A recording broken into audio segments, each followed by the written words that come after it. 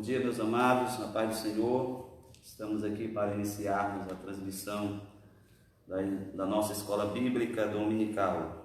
Quero convidar os irmãos para iniciarmos este momento com oração a Deus.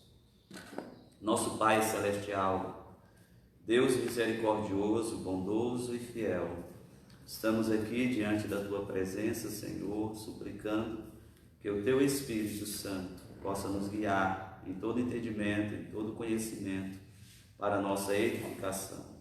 Abençoe os Teus servos e Tuas servas que estarão acompanhando este momento de transmissão, Senhor. Que o Senhor nos conceda uma manhã de edificação e enriquecimento espiritual. É a nossa oração a Ti, em nome de Jesus. Amém. Meus amados, a nossa lição de hoje é a lição de número 4. O nosso assunto é a iluminação espiritual do crente. Nosso textual diz assim: para que o Deus de nosso Senhor Jesus Cristo, o Pai da glória, vos dê em seu conhecimento o espírito de sabedoria e de revelação. Efésios 1:17. A vocação do crente inclui a herança de preciosas riquezas conferidas aos eleitos pela grandeza do poder de Deus. Leitura bíblica, Efésios capítulo 1, versículo 15 ao 23.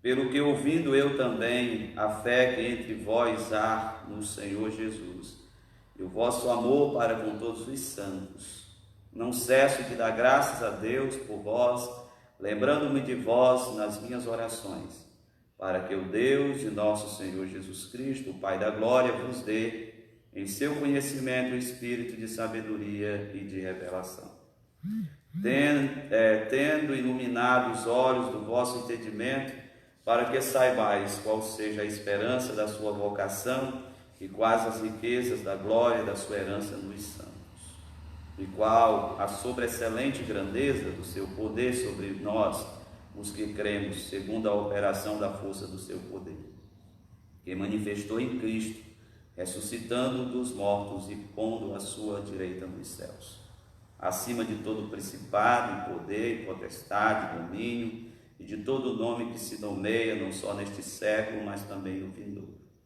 E sujeitou todas as coisas aos seus pés, e sobre todas as coisas o constituiu como cabeça da igreja, que é o seu corpo, a plenitude daquele que cumpre tudo em todos. A iluminação espiritual do crente é a nossa lição de hoje. Hoje nós vamos aprender que o Evangelho não é um conhecimento que é alcançado pela inteligência, capacidade e perspicácia humana, mas é algo que nos é concedido mediante a ação do Espírito Santo em nos dar compreensão e entendimento a respeito do Evangelho de Deus. Nossa introdução. Ainda no primeiro capítulo, o apóstolo Paulo inicia uma longa sentença assim dividida: ação de graças, oração intercessória e confissão de louvor e exaltação. Nessa sentença somos exortados a louvar ao Senhor pela nossa eleição, buscar a iluminação do Espírito para compreender a dimensão de nossa chamada e herança divina, bem como entender a grandeza do poder de nosso Deus. Nosso primeiro ponto nos diz assim: a esperança da vocação e as riquezas da glória. A esperança da vocação e as riquezas da glória. Visto que as Escrituras dizem que os caminhos de Deus não são os nossos caminhos, nem os seus pensamentos os nossos pensamentos, muitas coisas que a gente considera ser verdadeiramente grandioso e importante, à luz daquilo que Paulo descreve aqui, você vai ver que está sempre em contradição, está sempre muito distante daquilo que as Escrituras verdadeiramente valorizam. Aqui nós vemos Paulo exaltando a igreja dentro da sua posição em Cristo, mesmo a igreja perseguida, mesmo a igreja em uma situação de sofrimento, perseguição, ele próprio está aprisionado, escrevendo esta carta. Ele próprio está numa situação de sofrimento e perseguição, mas que descreve a sua posição em Cristo como estando num estado de triunfo total sobre todas as coisas. A carta diz que ele expressa a posição da igreja como quem está assentada com Cristo nas regiões celestiais. Embora enfrentando sofrimentos e dificuldades, o apóstolo Paulo descreve aqui que a situação da igreja é uma situação de alguém que está numa posição de vitória plena sobre todas as coisas. Então, os caminhos de Deus são diferentes. A suprema grandeza do poder de Deus que opera e atua não dentro das expectativas humanas ou aquilo que a gente julga ser a manifestação do poder de Deus. É um poder que se impõe, um poder que age de uma forma que a gente perceba que todas as oposições a Deus estejam subjugadas de forma efetiva e definitiva. E a gente vamos perceber que a vitória do reino de Deus vai se concretizando dentro de um âmbito imperceptível aos olhos humanos, como o reino de Deus avança no coração dos homens, até que ele se tornará um reino que se efetivará de forma plena no final, na consumação de todas as coisas. Por isso que mesmo uma carta dessa, que descreve a igreja no seu triunfo máximo, na sua posição máxima, onde o poder de Deus está operando de forma tão eficaz, de uma forma tão poderosa, a gente olhar dentro desse contexto de perseguição e se verdadeiramente esse poder de Deus está operando na igreja, porque a gente corremos o risco de ter uma percepção diferente de como o poder de Deus se manifesta na história. Então nós vamos estudar mais ou menos sobre isso na lição de hoje, certo? Na lição de hoje. Esperança da vocação e as riquezas da glória. O apóstolo ensina que os salvos precisam ser iluminados para compreenderem quais são a esperança da vocação e as riquezas da glória da sua herança. O apóstolo Paulo sabe muito bem que o Evangelho é uma iluminação de Deus no coração dos homens. Ele próprio tinha vivenciado esta realidade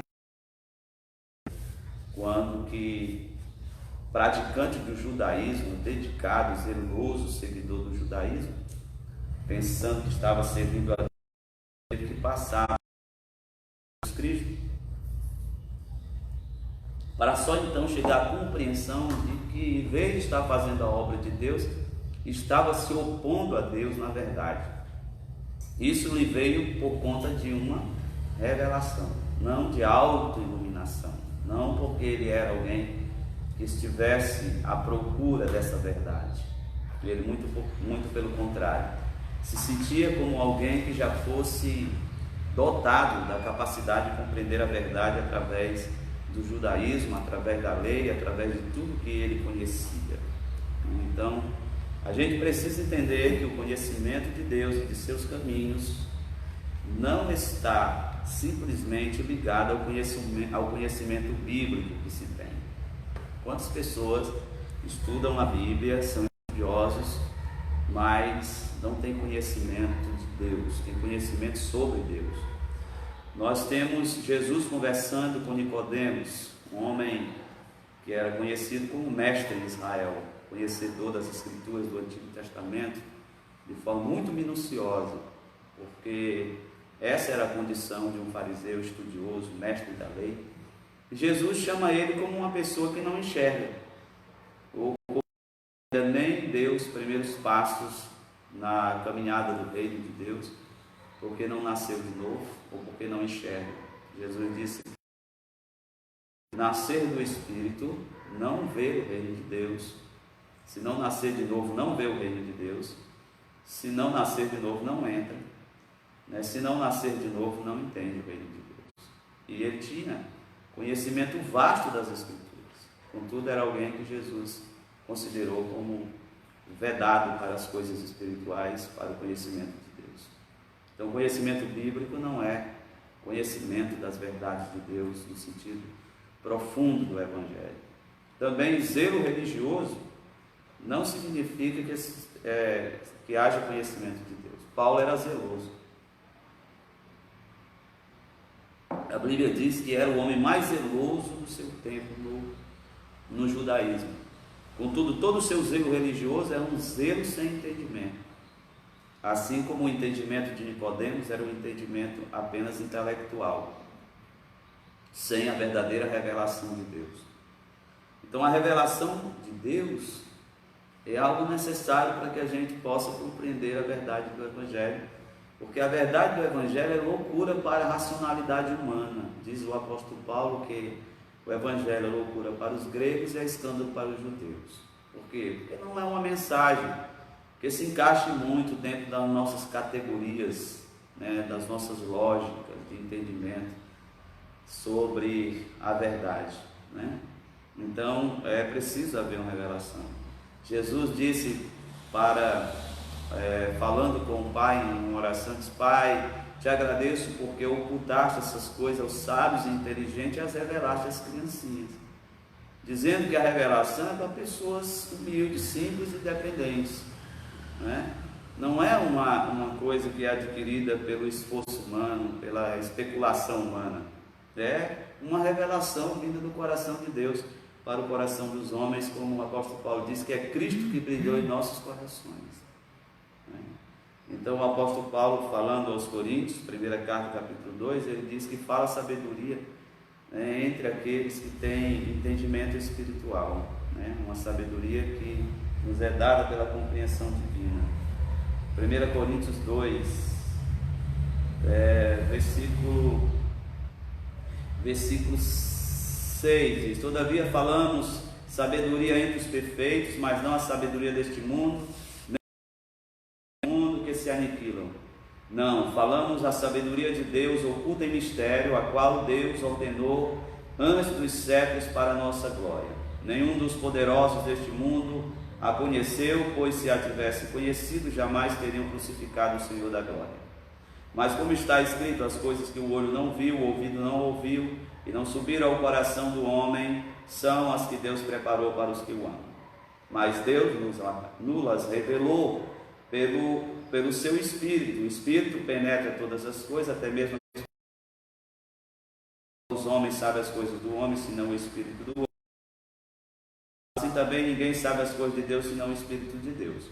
Mas nós não recebemos o Espírito do mundo, mas o Espírito que provém de Deus, para que pudéssemos conhecer o que nos é dado gratuitamente por Deus.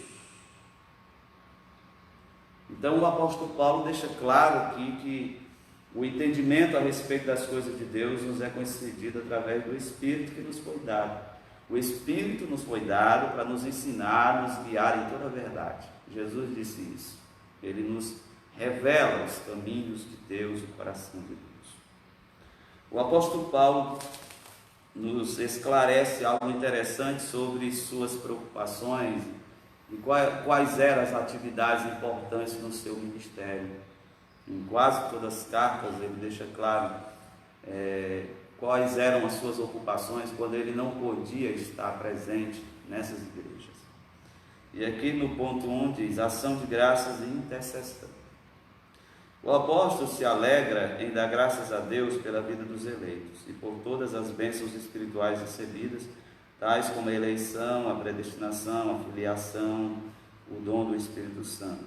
Ele intercede para que sejam concedidos aos seus eleitores o espírito de sabedoria e de revelação. Paulo estava ciente de quão maravilhoso é o Evangelho, mas o mesmo de quão impossível é alguém perceber a glória dessas boas novas sem ser ensinado por Deus. Por isso ele rogava para que os crentes recebessem a capacidade de compreenderem por meio do Espírito Santo a esperança da chamada, as riquezas da herança e a grandeza do poder de Deus.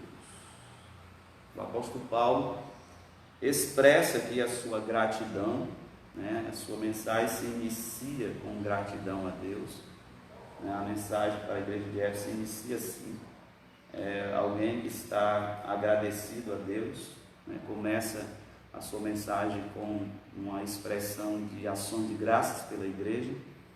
E a igreja de Éfeso, na verdade, né, nessa ocasião, está de parabéns por provocar esse sentimento no coração do apóstolo Paulo, um sentimento de gratidão, um sentimento de ação de graças perante Deus. Diferente de outras igrejas, para quem Paulo escreveu cartas também, a igreja de Éfeso provoca esse sentimento de gratidão no coração do apóstolo, quando ele se põe de joelho diante de Deus para lembrar desta igreja. Ele agradece. Quando ele escreve a carta aos Gálatas, ele não tem esse mesmo sentimento. Ele não se manifesta com o mesmo sentimento de gratidão, pois na verdade ele está profundamente preocupado. Ele se descreve a si mesmo como alguém que está profundamente decepcionado com aquilo que está acontecendo com a igreja, que havia o evangelho e estavam agora tentando se justificar pela lei. Ele já começa a carta num sentimento profundamente de tristeza. Ó insensatos Gálatas. É assim que ele começa a carta. Então, uma igreja que quando Paulo pensa sobre ela, ele pensa em entristecido. Ele descreve o sentimento como uma mulher com dores de parto, querendo que Cristo fosse gerado neles. A igreja de Corinto, que tem que tratar com comportamentos tão censuráveis, tão grosseiros na vida daquela igreja. Já a igreja de Éfeso, o seu coração é de gratidão, porque é uma igreja que provoca esse sentimento de gratidão. Como é maravilhoso que a gente, como cristão, como membro de família, possa provocar isso quando as pessoas lembrarem de nós, né, nas orações. E as pessoas, ao orarem por nós, não orem daquele jeito: Senhor, misericórdia deste irmão, misericórdia desta irmã. Mas que a gente consiga também provocar esse sentimento de gratidão, esse sentimento de alegria que essa igreja conseguiu provocar, extrair do coração de Paulo, quando ele se põe em oração diante de Deus pela vida dessa igreja. É assim que Paulo se sente, né? É assim que Paulo se sente. Uma coisa interessante que a gente precisa destacar na vida de Paulo é a sua vida de oração. Quase todas as cartas há menção de suas orações, ou todas as cartas, menção de suas orações pelos irmãos, né? Por indivíduos que têm uma grande estima, mas ele sempre está falando de suas constantes orações. A eficácia, os resultados do ministério de Paulo é por conta de sua intensa vida de oração. E ele fala aqui de suas constantes orações, estando em uma condição de aprisionamento, a perseguição, né? A perseguição daquela situação estava, né, cada vez mais provocando nele a necessidade de orar. Sempre foi assim na vida da igreja. Quando as perseguições, as lutas chegavam, a oração era a prática imediata a ser buscada, né, que Deus viesse. Então o apóstolo Paulo está aqui numa situação de aprisionamento, e mesmo assim, dentro dessa situação, a prática mais urgente para ele é a prática da oração. Este é um líder que se preocupa com a oração, né, acima de qualquer outra coisa, porque na verdade ele sabe que a eficácia do seu ministério consiste no fato de ter uma vida intensa de oração. O apóstolo Pedro, em Atos dos Apóstolos, quando tratava daquele assunto relacionado à distribuição de alimentos, que por conta de dificuldades de pessoas para os serviços desta natureza, alguns irmãos, algumas irmãs, né, de origem grega estavam sendo negligenciadas, o apóstolo Pedro recomenda que se levantasse pessoas para aquele ministério, do ministério do serviço solidário da igreja, da filantropia da igreja, porque é conveniente que eles, como os apóstolos, deixassem o ministério da palavra e da oração, né, para ir servir as mesas. de forma que o ministério da palavra e da oração é prioridade na vida de um líder, né? É prioridade na vida de um líder. Então é interessante que Paulo valorize isso de uma forma. Em todas as suas cartas ele fala de suas orações constantes, de sua dedicação à vida de oração, e sabe que a eficácia do seu ministério é resultado de sua vida intensa de oração e busca diante de Deus. E Paulo ora, ensina a orar de forma a seguir aquilo que Jesus, o próprio Cristo, ensinou, né? A gente tem que entender que a nossa oração segue uma certa ordem. A gente ora ao Pai em nome de Jesus, no poder do Espírito Santo. A gente ora ao Pai em nome de Jesus, no poder do Espírito Santo. Alguma pergunta? O irmão Edberto está perguntando: é verdade que o povo de Gálatas era canibais? Eu não tenho essa informação, Edberto, para te passar agora, né? Não sei aonde você ouviu, mas até então, em todos os meus estudos sobre a carta aos Gálatas, ainda não tinha tido essa informação, né? Sinceramente, já li alguns comentários da carta aos Gálatas, mas ainda não tive essa informação de que eles eram canibais, né? Eles eram canibais, eram selvagens. Eu acho muito difícil que o fosse, né? Acho muito difícil que o fosse, mas não sei aonde você ouviu a informação, mas eu precisamente, né, de alguns comentários que eu tenho, não cheguei a essa informação de que eles eram canibais. Mais algum aí? Prosseguindo. Então estávamos falando sobre essa vida de oração do apóstolo Paulo, essa dedicação tão intensa, né? Tão intensa de oração, de vida de dedicação, né? Então é muito interessante ver quanto ele priorizava a oração em seu ministério. Há muitos comentários, não é, Edberto? Há muita coisa que a gente lê, né? E a gente não consegue, né, as informações, né? Porque há muito estudo em torno dessa questão, né, geográfica, dessa questão desses lugares. Mas eu ainda não tive, né? Então não sei precisamente, né? Não sei se por acaso eles eram, né? No que eu já li, não encontrei essa informação. A esperança da vocação. Como a gente falávamos aqui antes, o Evangelho é uma iluminação de Deus no coração do ser humano, né? Lógico, um caminho para isso. Deus, ele provoca o ser humano através de todas as suas formas de se comunicar à humanidade, né?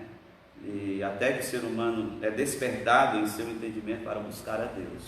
Logicamente que a gente vê que o Evangelho é a revelação plena do plano de Deus para a salvação do ser humano, mas que Deus deixou mensagens que provocam o ser humano para buscá-lo em toda a natureza, né? Esse é um fato. As Escrituras falam muito sobre isso, mas o Evangelho é a revelação plena do plano de Deus para a salvação. Diz que a natureza, ela é uma mensagem de Deus para o ser humano, para que ele, tateando, possa achar a Deus. O homem é despertado, contudo ele tem que abrir o coração, conhecer que é um Criador e procurar saber qual é a vontade desse Criador para o ser humano. Por muitos chegam a analisar as coisas criadas e aí se rendem diante da criatura em vez de se render diante de Deus. Mas essas são mensagens incitativas, provocativas. O Evangelho é a mensagem definitiva de Deus para o coração do ser humano. É a revelação do plano divino para a salvação do ser humano.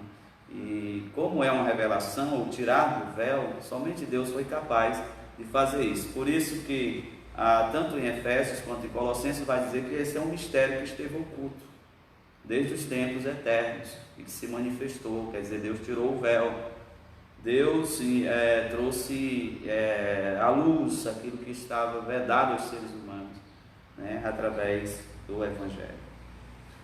A esperança da vocação. Em sua petição a Deus, Paulo intercede para que o Espírito Santo ilumine os crentes a fim de saberem qual seja a esperança da sua vocação. Assim eles seriam capazes de experimentar e conhecer profunda e espiritualmente os privilégios de serem vocacionados. Podemos dizer que tal esperança divide-se em pelo menos 3 aspectos. A.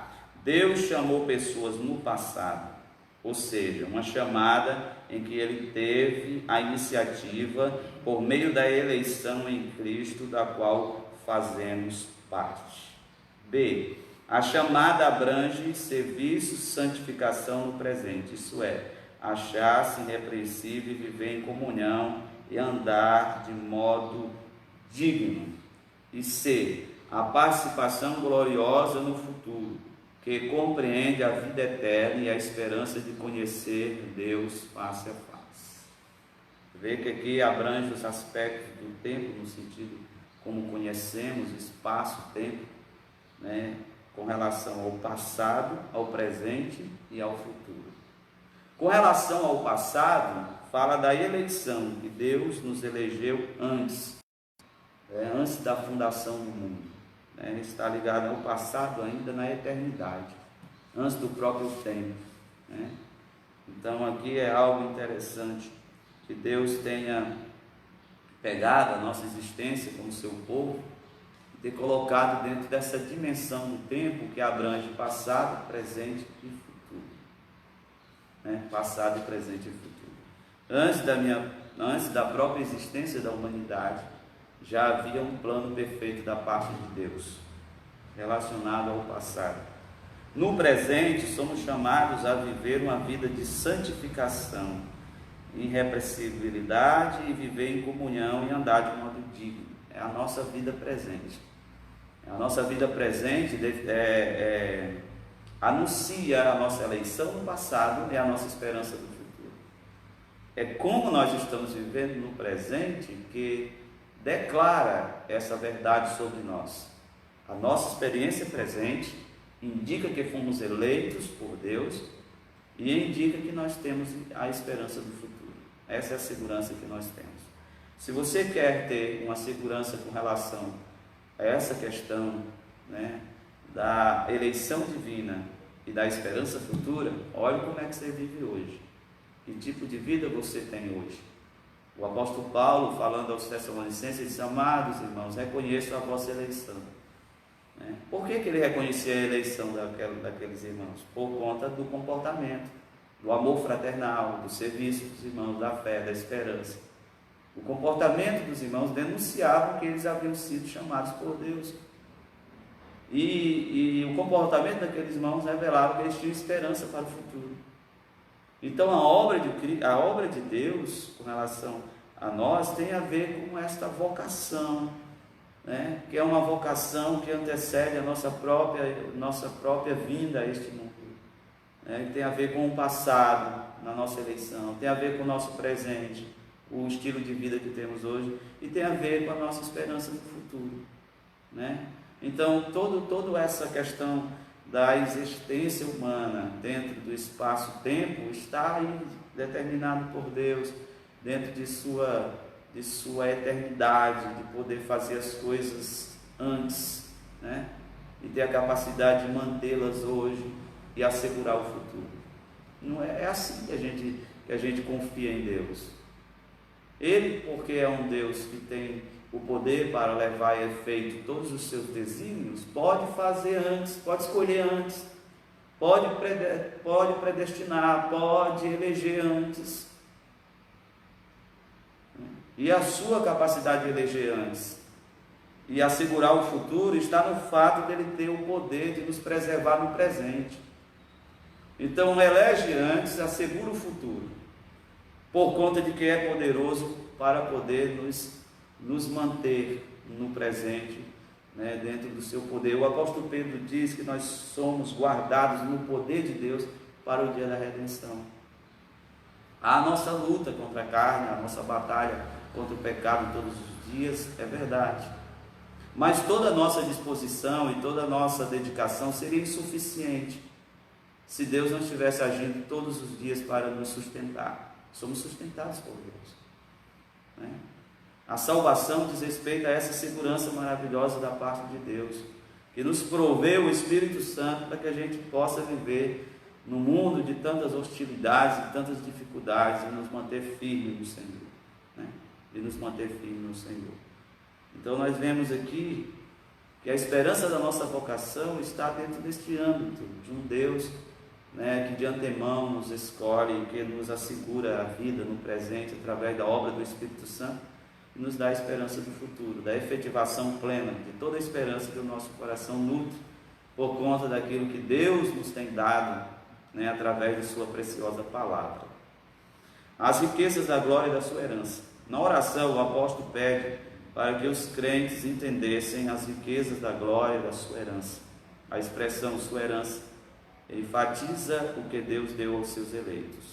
Já o termo riquezas refere-se às maravilhosas bênçãos que acompanham o plano da salvação, né? Tais como perdão dos pecados, adoção de filhos, as bênçãos que serão desfrutadas no povo, como por exemplo, vermos a Deus, a Cristo e o adorarmos. Se no dia aprazados os fiéis estarão reunidos nas bolsas do Cordeiro, então os salvos tomarão posse da herança preparada desde a fundação do mundo.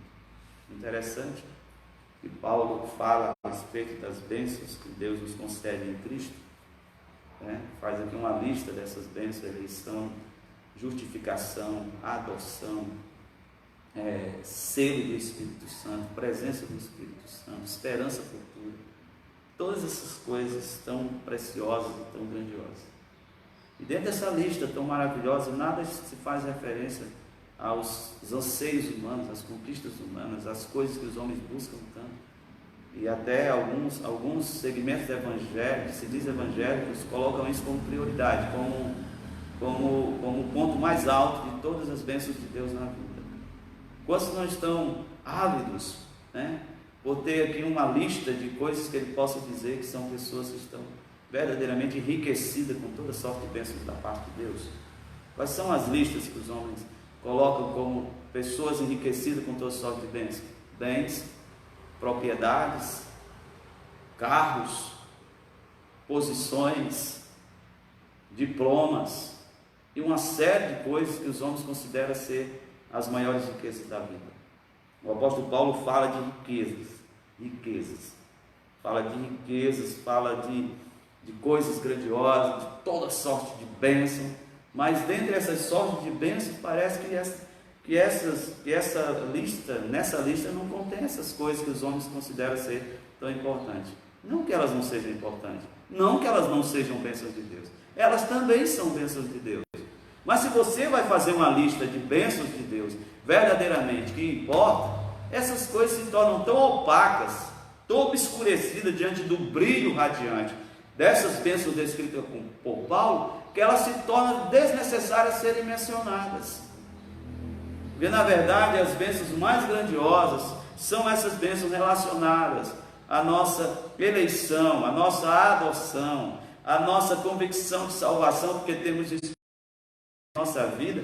Todas essas outras coisas que a gente considera também bênçãos de Deus, elas se tornam tão secundárias que elas não são dignas nem das coisas grandiosas que está aqui. Para não colocar dentro do contexto das grandiosas bênçãos de Deus, Paulo nem menciona as questões, né, de idade humana, conquistas humanas, não entra nessa listagem.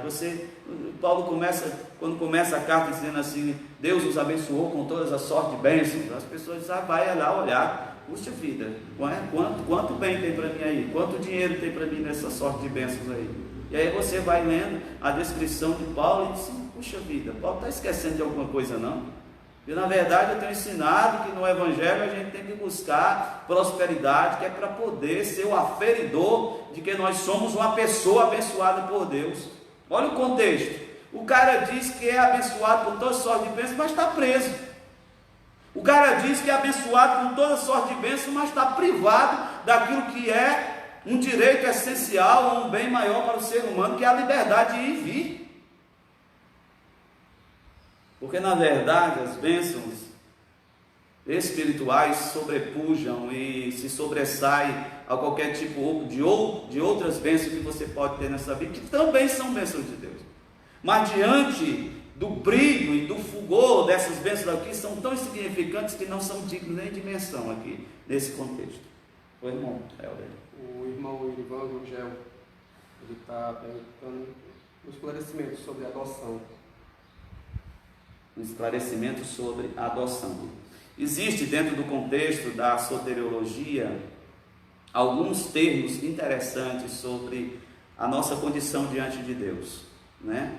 Todos eles são nos passados para nos proporcionar segurança, né? Redenção, expiação, adoção, regeneração, justificação, todos são os termos ligados a uma condição humana, né? A uma condição humana.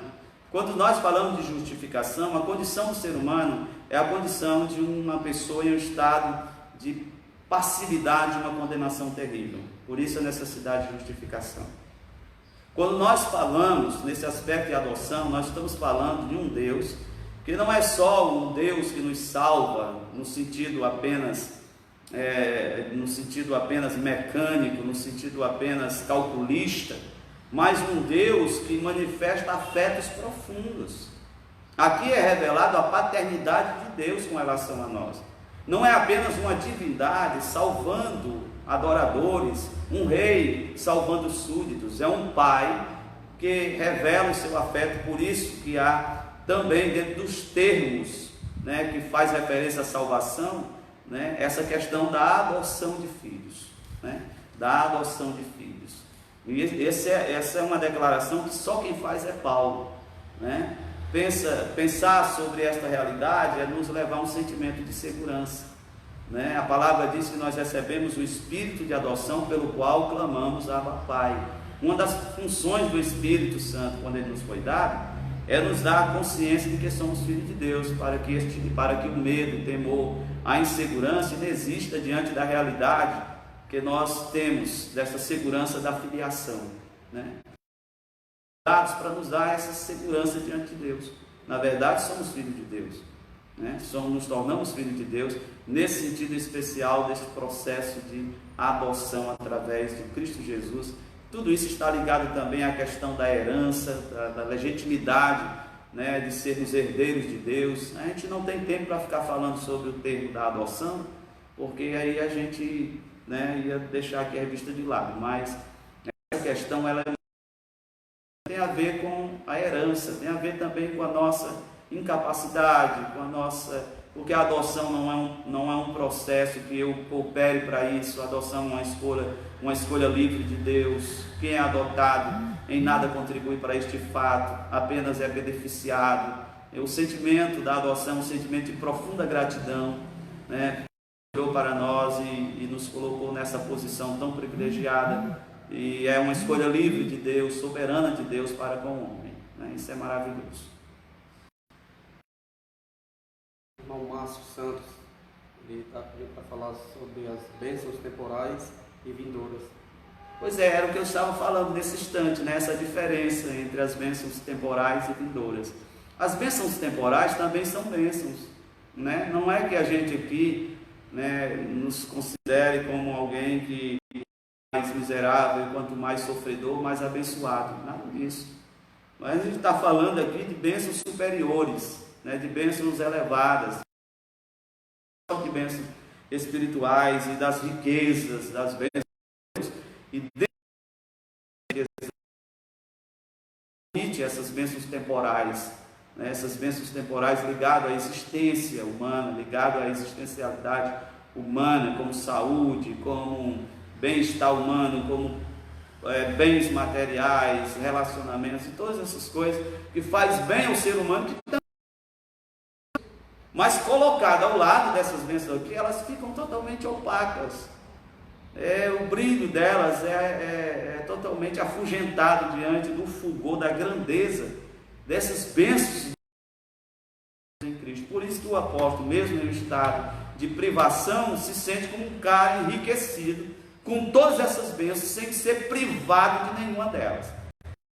Privado do conforto, privado de bens materiais, como ele vai escrever outra carta, a carta aos Filipenses, falando de suas necessidades, privado de tantas coisas, mas esse seu som enriquecido com toda sorte de bênçãos espirituais, né?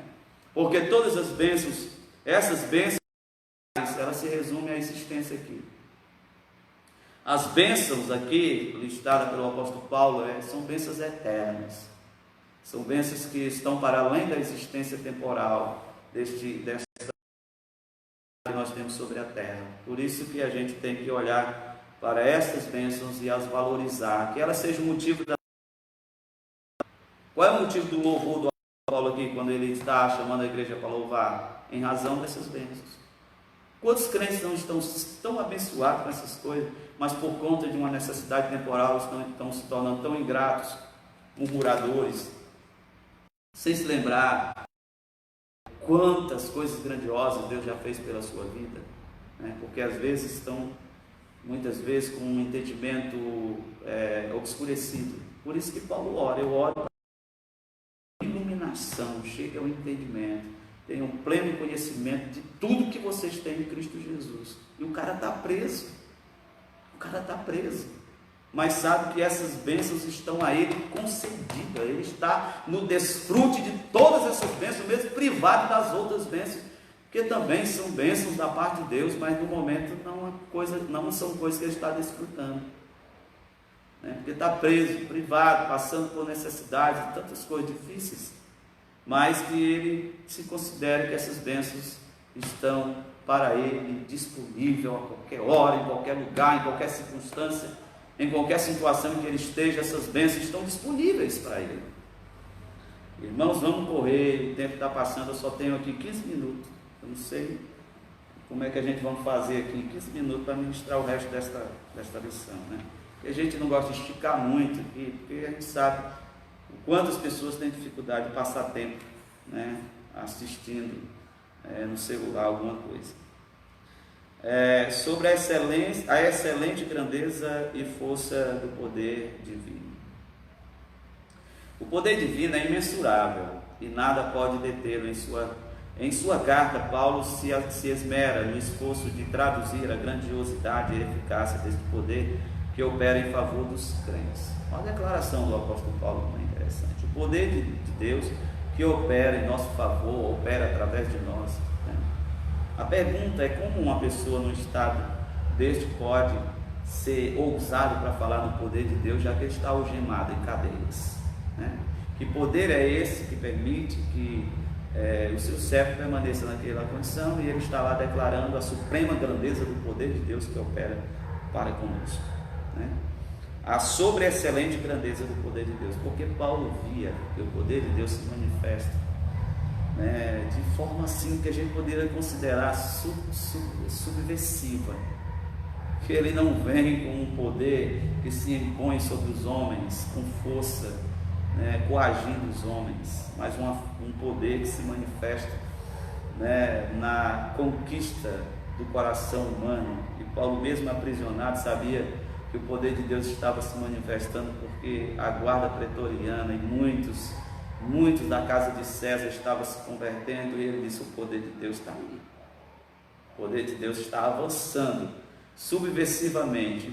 O que é uma força subversiva? Uma força que surge de baixo, que não se percebe, que não nota, né? Enquanto o império estava lá se mantendo como que podendo aprisionar, né, um servo de Cristo, o reino de Deus se expandia de uma forma que as pessoas eram alcançadas. Então a excelência do poder de Deus se manifesta na libertação de vidas, de pessoas que estão sendo libertas, mesmo quando Paulo está aprisionado, mesmo quando ele está naquela situação. A sobreexcelente grandeza do seu poder. O apóstolo orou para que os salvos pudessem entender a sobreexcelente grandeza do poder de Deus. Perceba que a palavra sobreexcelente é traduzida do grego uperbalo, que na forma adjetiva, já a expressão seguinte, megetos, grandeza, objetiva enaltecer a magnitude do poder de Deus que a tudo sobrepuja. O termo dunamis, aqui traduzido por poder, indica feitos miraculosos que requerem força fora de medida. Logo, a repetição desses termos indica que apenas o maior de todos os poderes é capaz de realizar a transformação e a salvação do homem, e que somente um poder tão grande assim pode operar e concretizar as bênçãos inclusas na esperança da vocação e nas riquezas da herança. Jesus, conversando com os judeus certa vez, disse aos judeus: vocês erram porque não conhecem as Escrituras e nem o poder de Deus. As Escrituras reveladas na pessoa de Cristo. E eles entendiam porque eles entendiam não. O próprio profeta Isaías diz assim, né, quem deu crédito à nossa pregação e a quem se manifestou o braço do Senhor. O que é o braço, senão a figura da força, do poder de Deus, né? E aí ele diz, quem foi que deu crédito a isso? Aí vai dizer como é que o braço do Senhor se manifesta, porque foi surgindo como um renovo, como uma raiz de uma terra seca, sem parecer, sem formosura. O poder de Deus se manifestou na fraqueza. O poder de Deus se manifestou de uma forma que os homens não viram, não perceberam, não divisaram, que a maior manifesta na fraqueza da cruz. A crucificação, né, era o retrato da fraqueza para os homens, era o retrato da fraqueza, quando na verdade, no âmbito espiritual e da perspectiva divina, aquele era o retrato da manifestação maior do poder de Deus. Que poder é esse?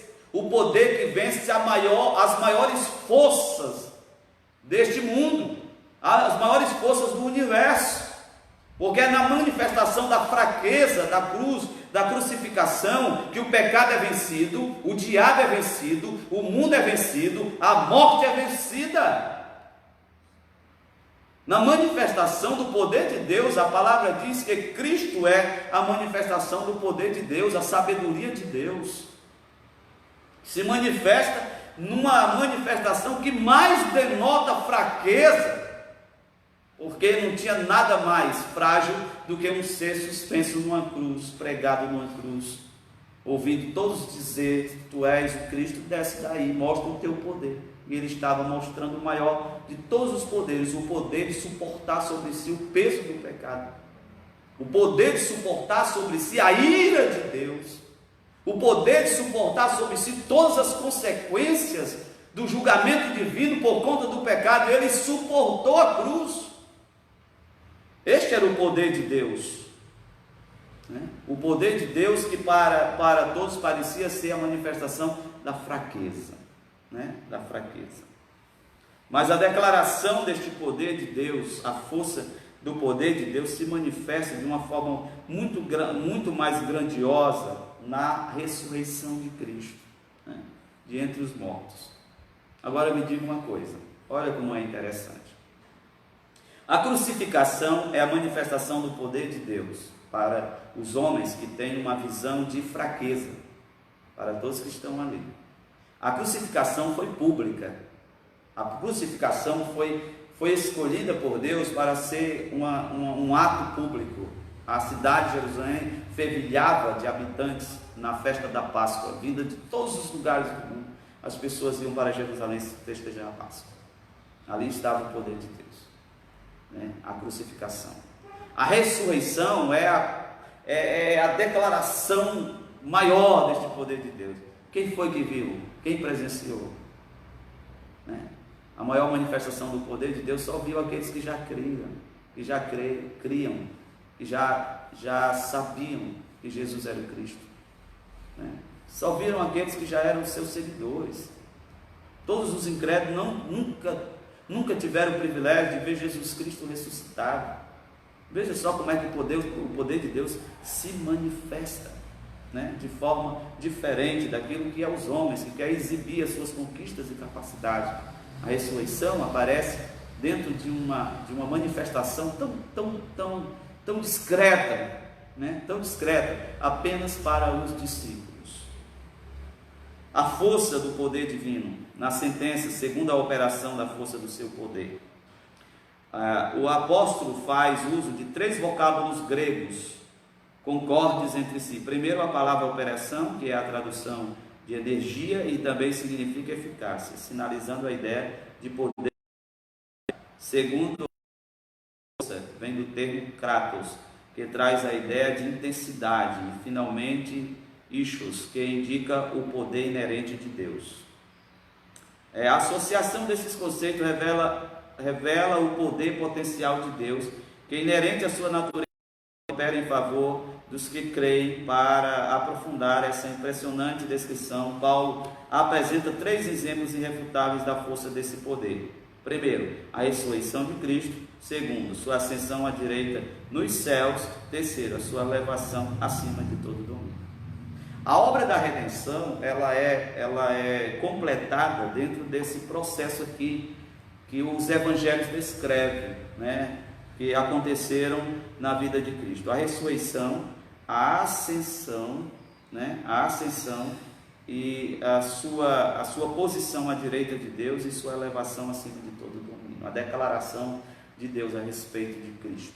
Quando Cristo desce do céu para a terra, ele desce, né, despindo-se de sua divindade. Quando ele volta da terra para o céu, ele leva consigo a humanidade, né, a humanidade. Por isso que você pergunta assim, como é esse negócio de Cristo ter sido elevado à destra de Deus, já que ele já era Deus desde sempre?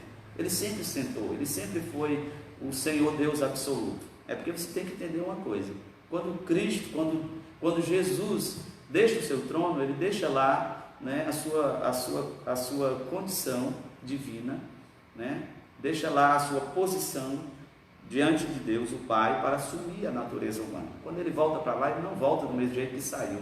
Ele volta levando consigo a humanidade, da qual ele se revestiu quando entrou aqui no planeta Terra. Então, quando ele diz que Cristo foi elevado, assentou-se, está nesse sentido. Cristo como representante da humanidade, como aquele que é, né, o ser humano perfeito, e foi colocado nesta posição, e a ele foi dado um nome acima de todo nome que se nomeia neste século no vindouro, né, lhe dando assim autoridade sobre todas as coisas, né, como representante da humanidade, o segundo Adão, aquele que reassume de novo o governo sobre todas as coisas, como aquele para quem todas as coisas existem e foram criadas. Nosso último ponto, irmãos, o tempo é nosso inimigo nesta hora, né? Cristo, nosso exemplo de exaltação. Nesse ponto veremos 3 aspectos da exaltação de Cristo, que atestam a grandiosidade do poder de Deus disponível também aos crentes. Cristo, as primícias dos que dormem. Eu gosto dessa expressão, sinceramente. Eu amo quando eu leio esta expressão, né? Cristo, as primícias dos que dormem, né? Tanto nas cartas, quanto no livro de Apocalipse. Por quê? Por quê? O que é primícia, se não o primeiro? Ou, como está em Apocalipse, o primogênito dentre os mortos. Eu ainda gosto mais dessa, porque é uma expressão que indica o primeiro de outros. É uma expressão que indica o primeiro de outros que virão. Cristo é as primícias, ou o primogênito dentre os mortos. Você pode perguntar assim, mas ele não foi o primeiro a ressuscitar? Há menções de ressurreição no Antigo Testamento, há menções de ressurreição no Novo Testamento, no ministério de Jesus, no ministério dos apóstolos, mas a ressurreição de Cristo é singular. A ressurreição de Cristo é distinta. A ressurreição de Cristo é a vitória definitiva sobre a morte, porque a palavra diz que a morte não foi capaz de retê-lo. Ele se soltou das ânsias da morte, porque a morte foi incapaz de retê-lo. E ele ressuscitou para nunca mais ver a morte. Pensa comigo, ele é o primogênito dos mortos, o primogênito da humanidade a ser ressuscitado dentre os mortos para nunca mais ver a morte. A nossa alegria é saber que já existe um ser humano que venceu a morte. A raça humana já está garantida na sua vitória sobre a morte, porque existe um da raça humana, Cristo, o ser humano perfeito, que venceu a morte, sendo ele as primícias dos que dormem, ou o primogênito dentre os mortos. Primogênito é o primeiro de outros que virão. Isso quer dizer para nós que aquilo que aconteceu no cemitério em Jerusalém, próximo do lugar onde ele foi crucificado, e aconteceu naquela pequena escala, em sua ressurreição, acontecerá de uma escala maior e abrangente para todos os santos que morreram e que estão esperando em Cristo. Essa é a nossa certeza. Ele é o primogênito, o primeiro, só o primeiro de muitos que virão. Deus nos garante isso nessa declaração que Cristo é as primícias, ou o primeiro molho da grande colheita final, o primeiro molho que era tirado para ser apresentado diante de Deus. Por isso que ele foi ressuscitado e foi levado aos céus para ser apresentado diante de Deus, e nós estamos esperando a grande colheita final, né? A grande colheita final. Cristo é as primícias, Cristo é as primícias dos que dormem, dos que morreram, o primogênito dentre os mortos, o primeiro de muitos que virão dentro dessa vitória final sobre o pecado. Essa é a garantia, sobre a morte. Essa é a garantia que nós é elevado à direita de Deus. Paulo reforça o poder de Deus quando na elevação de Cristo ao trono, pondo a sua direita nos céus. Aqui está o foco, a ascensão de Cristo em referência à promessa messiânica. O grau de exaltação para a sua posição de honra e autoridade indica o completo triunfo de Cristo sobre o pecado e as forças do mal.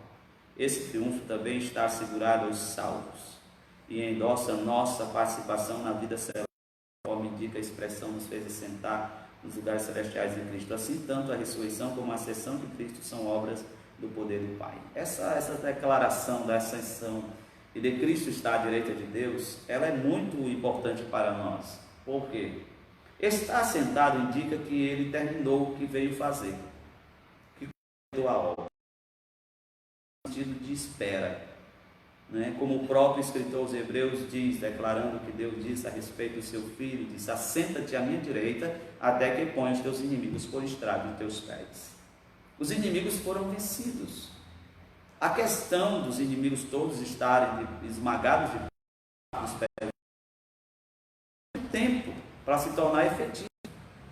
No Salmo 2 ele diz assim: por que bramam as nações, os povos pensam coisas vãs? Porque se levantam os príncipes, os reis da terra contra o Senhor e contra o seu ungido. Eu, o Senhor, já ungi o meu rei sobre o meu monte Sião, e ele regerá as nações com vara de ferro, quebrará como se quebra o vaso do oleiro, dizendo a respeito de Jesus, que foi exaltado para reinar sobre todas as coisas, que os inimigos se revoltam contra ele em vão. Deus zomba deles. A palavra diz que Deus olha e zomba da besteira dos homens, porque Deus já estabeleceu o seu rei sobre o seu monte. E a questão da vitória final sobre o inimigo é uma questão de tempo, porque Deus diz: assenta-te à minha direita, até que eu ponha os teus inimigos por estrado dos teus pés. Era a atitude dos reis vencedores, estender os inimigos no chão e passar por cima deles, como sinal de vitória final e definitiva sobre todos os inimigos. Cristo terá todos os seus inimigos efetivamente debaixo dos seus pés. Já estão todos vencidos e derrotados. Ele está sentado, esperando apenas a efetivação final dessa realidade gloriosa, assentado à destra do Pai, a um lugar de honra, ao lugar de autoridade, ao lugar em que ele manifesta para nós a segurança de que a obra foi consumada, feita de uma vez por todas, definitivamente.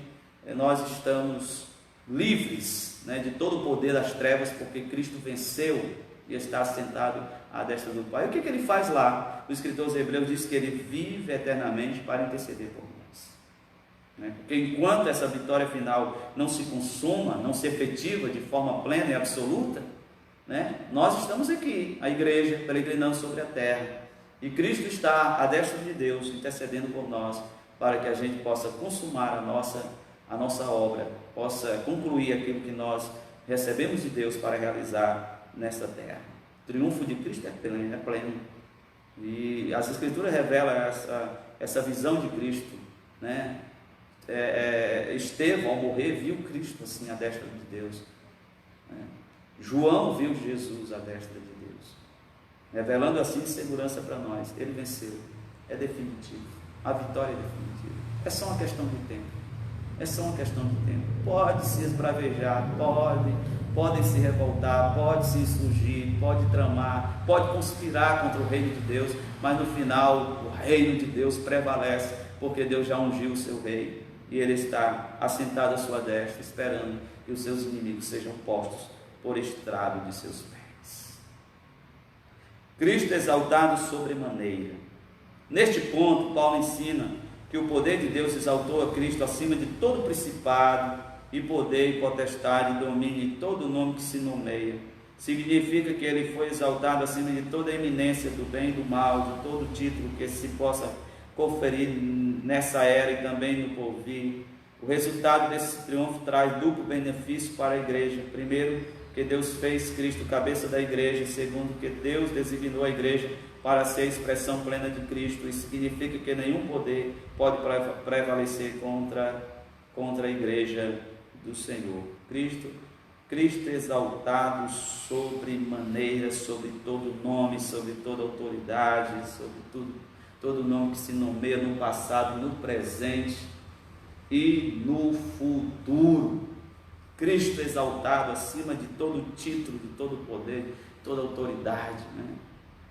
E a palavra diz que Deus olha para a arrogância dos homens e zomba deles. Tem gente que acha que o poder de Deus ele existe numa espécie de dualismo, né? Uma coexistência do bem e do mal. Tem gente que acha que o poder de Deus é sobreexcelente. Cristo foi exaltado sobremaneira, acima de todo nome que se nomeia, não só nesse século, mas no vindouro.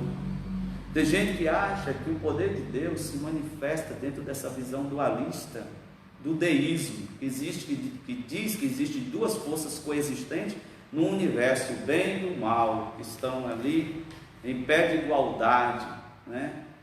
Equilibrando o universo. Mentira! Deus é luz e nele não há treva nenhuma. Deus não está medindo força com o mal está subjugado. O mal está subjugado, o poder das trevas está subjugado. Deus não está medindo forças com o inimigo, Deus zomba do inimigo. É o que diz as Escrituras. Eles escarnece. Zomba deles e escarnece. Toda a permissão da presença do mal no mundo está no sentido de que Deus, no cuidado com o ser humano, para preservar a liberdade do ser humano, permitiu a existência do mal. As pessoas às vezes perguntam assim: por que esse Deus todo-poderoso que você está falando aí não aniquila o mal?